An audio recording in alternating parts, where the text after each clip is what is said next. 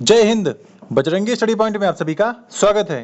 साथियों, UP BEd के counselling का आखिरी दौर चल रहा है और सेकेंड राउंड काउंसलिंग का एडमिशन का भी अब लास्ट डेट चल रही है।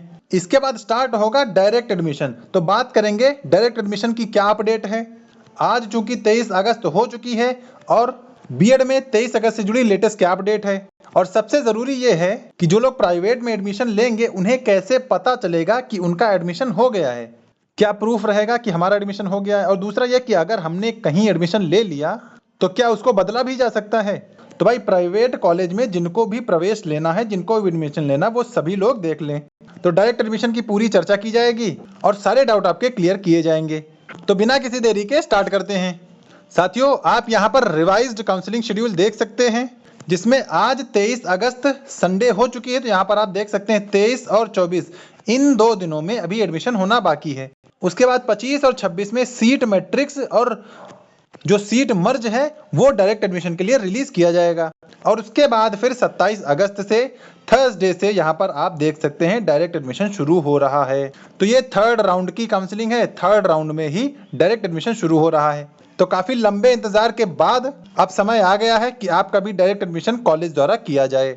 काउंसलिंग इसमें भी होती है, लेकिन इसमें काउंसलिंग कॉलेज वाले करते हैं। तो काउंसलिंग के थ्रू ही आपका एडमिशन किया जाएगा। ठीक है, चलिए अब आगे बात करेंगे कि एडमिशन हो गया है ये कैसे पता चलेगा, सबसे जरूरी है। और दूसरा ये कि हमने अगर कहीं पर एक बार एडमिशन करा लिया, अलॉटमेंट आ गया, तो क्या उसको कैंसिल कर सकते हैं या नहीं।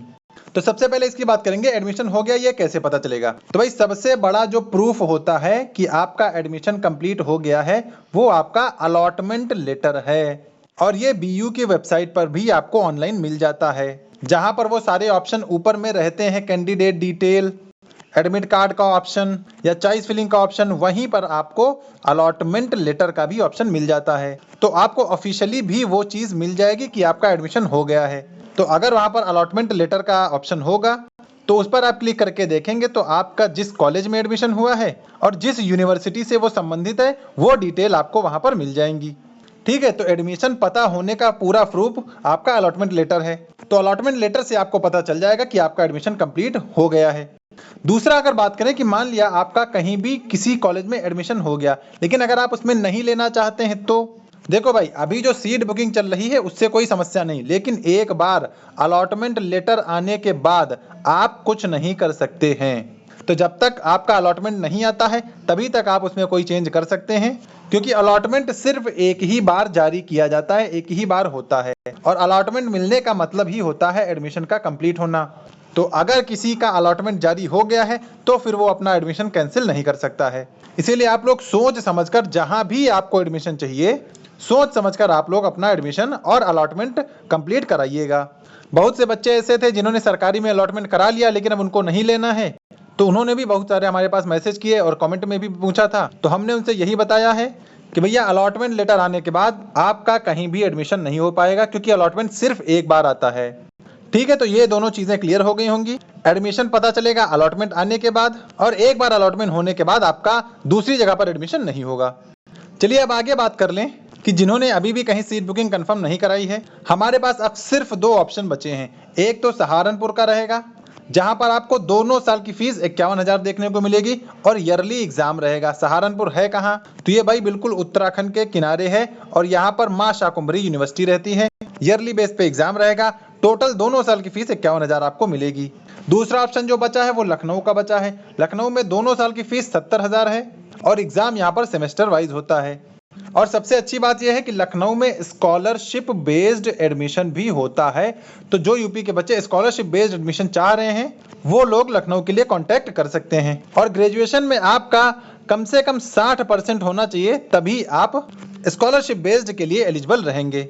ठीक है, तो यूपी के जो बच्चे इस परसेंटेज में आते हैं वो लोग स्कॉलरशिप बेस के लिए ट्राई कर सकते हैं। और जो अदर यूपी के बच्चे हैं, जैसे बिहार हो गया या एमपी हो गया या झारखंड हो गया, तो वो सभी लोग फीस के लिए अपना अप्रोच कर सकते हैं। तो अब फिलहाल 2 ही ऑप्शन है, सहारनपुर जो कि 51,000 है, लखनऊ जो कि 70,000 रहेगा। और स्क्रीन पर आपको ये मेरा ही नंबर दिखाया जा रहा है, इसी पर आपको कॉन्टैक्ट करके अपनी सीट बुकिंग और अपना फीस पेमेंट करना है। सीट बुकिंग कैसे करनी है तो आपको मेरे नंबर पर व्हाट्सएप करना है, अपना स्कोर कार्ड, आधार कार्ड और 1150 का पेमेंट करके सीट बुकिंग कंफर्म करा लेनी है। और उसके तुरंत बाद आपको कॉलेज का QR दे दिया जाएगा। कॉलेज के QR पर आपको कुछ पेमेंट करना होगा, जैसे 5000 या 6000, ताकि उस कॉलेज में भी आपका पेमेंट पहुंच जाए और उसकी आपको रिसिप्ट भी मिल जाएगी। बाकी हमने सीट बुकिंग का एक ग्रुप भी बनाया हुआ है। जो लोग सीट बुकिंग कर रहे हैं, म्यूचुअली सारी इंफॉर्मेशन वहीं पर दी जा रही है। ठीक है, तो जो लोग ज्यादा इंतजार कर रहे थे, अब उनके लिए फिलहाल 2 ही ऑप्शन बचे हैं।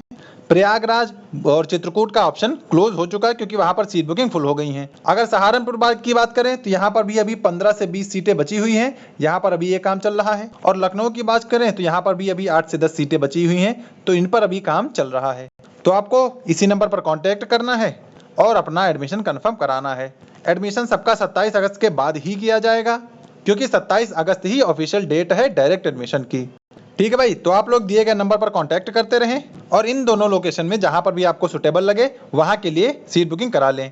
और बाकी अब आपको ये क्लियर हो गया होगा कि आपका एडमिशन अगर हो जाए तो कैसे जानेंगे, और अगर आपने एक बार कहीं एडमिशन ले लिया तो आपको यहाँ पर कैंसिल नहीं हो सकता। ठीक है, तो वीडियो अच्छा लगा हो तो इसे लाइक कर दीजिए। चैनल पे पहली बार आए तो सब्सक्राइब जरूर कर लीजिए, ताकि यूपी बीएड से जुड़ी ऐसी ही अपडेट आप सब तक शेयर कर दी जाए। मिलेंगे नेक्स्ट अपडेट के साथ, तब तक के लिए सभी को जय हिंद।